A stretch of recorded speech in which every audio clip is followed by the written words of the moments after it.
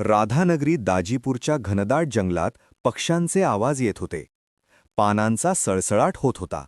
एक दिवस शाहू महाराज शिकारीसाठी जंगलात गेले होते. दिवसभर फिरूनही काहीच शिकार मिळाली नाही. महाराज आणि त्यांचा एक सेवक पायी चालत जंगलात पुढे जात होते. सेवक हळू आवाजात म्हणाला, "महाराज, जंगल खूप दाट होत चाललंय. मागे फिरूया का?" महाराज शांत पण ठाम आवाजात म्हणाले, "नाही, चालत रहा." तर एक अचानक झुडपातून एक अस्वल डरकाळी फोडत धावत आलं. क्षणातच ते महाराजांवर झेपावलं.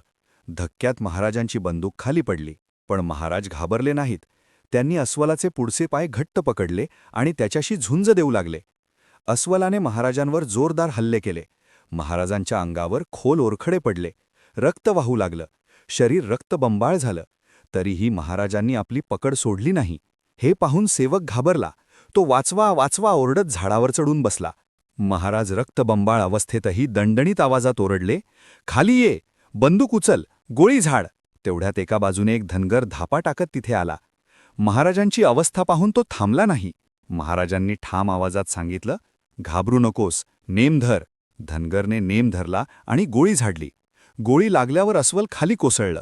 महाराज सुटकेचा निश्वास सोडत खाली बसले. ते थकलेले, जखमी आणि रक्तबंबाळ होते.